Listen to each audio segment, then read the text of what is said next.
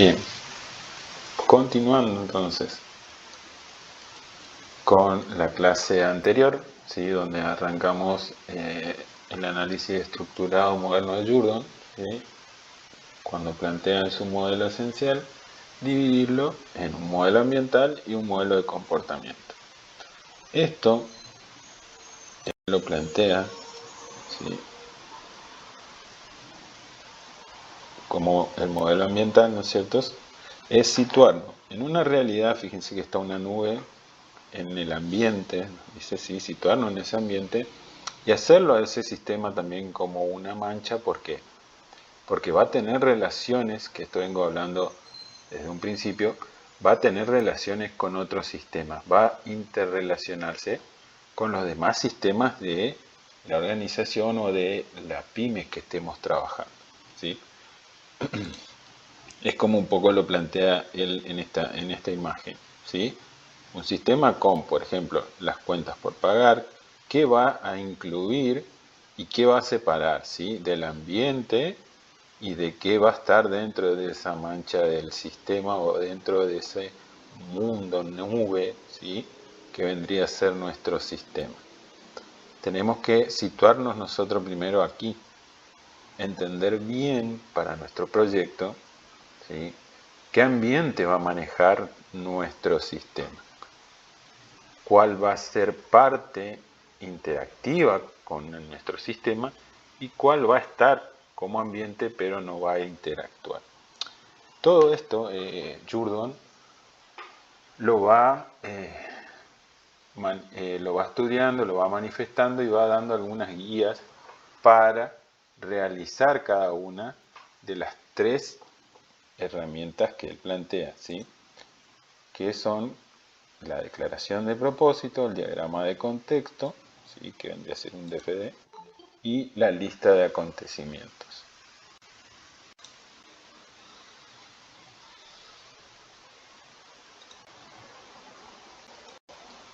¿Sí? Como les decía. Buenas tardes. ¿Cómo estás? Bien. De ese modelo esencial, ¿sí?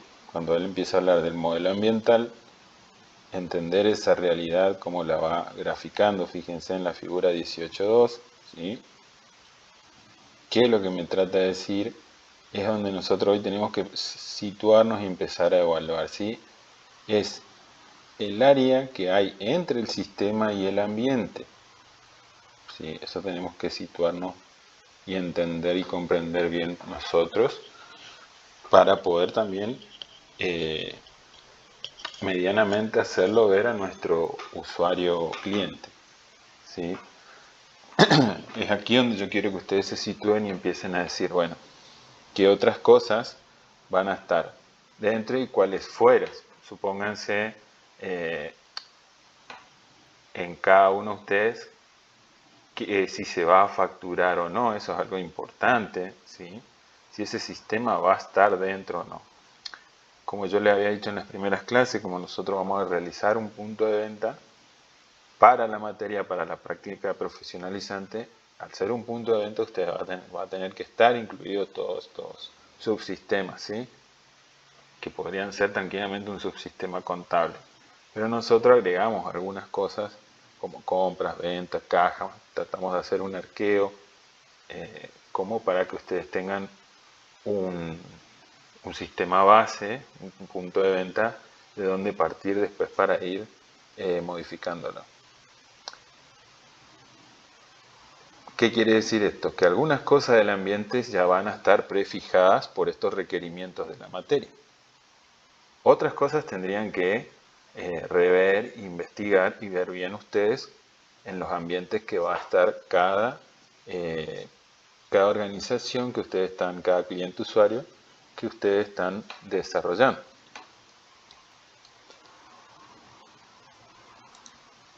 ¿Sí? Bueno, y después posteriormente aparecen las herramientas, como le había dicho, para definir el ambiente, ¿sí?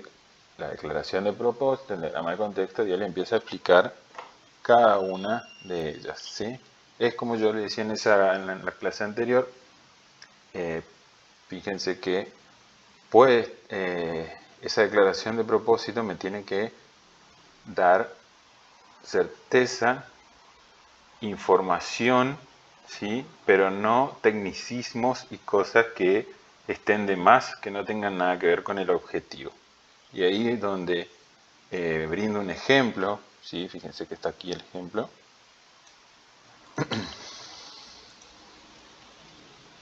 Y nos dice claramente, ¿sí?, que la declaración de propósito puede constar de una, dos o varias frases. Sin embargo, jamás debe llegar a más de un párrafo, ¿sí? Ya que la intención no es proporcionar una descripción completa y detallada del sistema, es lo que le decía. Entonces podemos hacer algo bien explicativo, ¿sí?, pero no entrando en esos tecnicismos y en algunas cosas que no tienen nada que ver con el propósito, ¿sí? Esto por ahí va a quedar grabado, inclusive tienen las páginas para si quieren rever y leer, ¿sí?, para sus declaraciones de propósito. Estaría bueno también que fijen un poco esta parte de la teoría. Después aparece el segundo componente del modelo ambiental, que sería el diagrama de contexto. Aquí aparece un DFE y es un DFE muy especial, muy raro, ¿sí? Por el hecho de que en un solo proceso, ¿sí?, que vendría a ser este redondo, este círculo, en un solo proceso está todo el sistema, ¿sí? Si bien la teoría de Fede me dice que tiene que ser un flujo de datos, como dice el nombre inclusive, en este caso estaría todo eso dentro de un proceso, ¿sí? Por eso es un DFD especial. Lo importante acá es definir, también volviendo a esto que hablaba anteriormente, en ese límite del ambiente y lo que va a empezar a ser interesante para el sistema, definir, por ejemplo, los actores, como les había dicho, que eran que aparecían en forma de rectángulo como entidades. ¿Se acuerdan que veníamos de diagrama de entidad-relación? Bueno, acá sigue una forma similar en rectángulo, ¿sí? Pero fíjense que pueden aparecer no solo personas, como aparecen acá clientes, por ejemplo, no una persona nombrada en singular. Eso está mal. Por ejemplo, acá no podría estar Juan Pérez, ¿sí? Sí, o los, por ejemplo, Domínguez, todos los Domínguez, no, ¿sí? Tiene que estar, esto figurativamente es una persona, cliente, ¿sí? Acuérdense que son entidades fuertes cuando hablamos de personas. Después aparece lo que es tranquilamente, o una sección, una jefatura o una oficina, ¿sí? Me va mostrando o tratando de mostrar en la gráfica la cantidad de variables que hay para utilizar en la gráfica, ¿sí? Por ejemplo, yo acá estoy de contabilidad a través de una base de datos externa compartida, si el sistema está trayendo algún dato.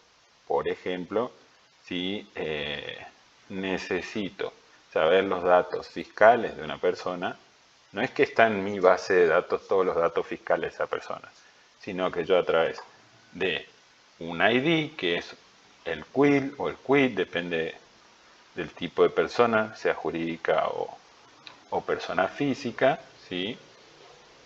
Eso me va a traer los datos de otra base de datos, de una base externa, ¿sí? Me va a traer todos los datos fiscales de esta persona. Es decir, que eso estaríamos utilizando base de datos externa, base de datos interna, ¿sí?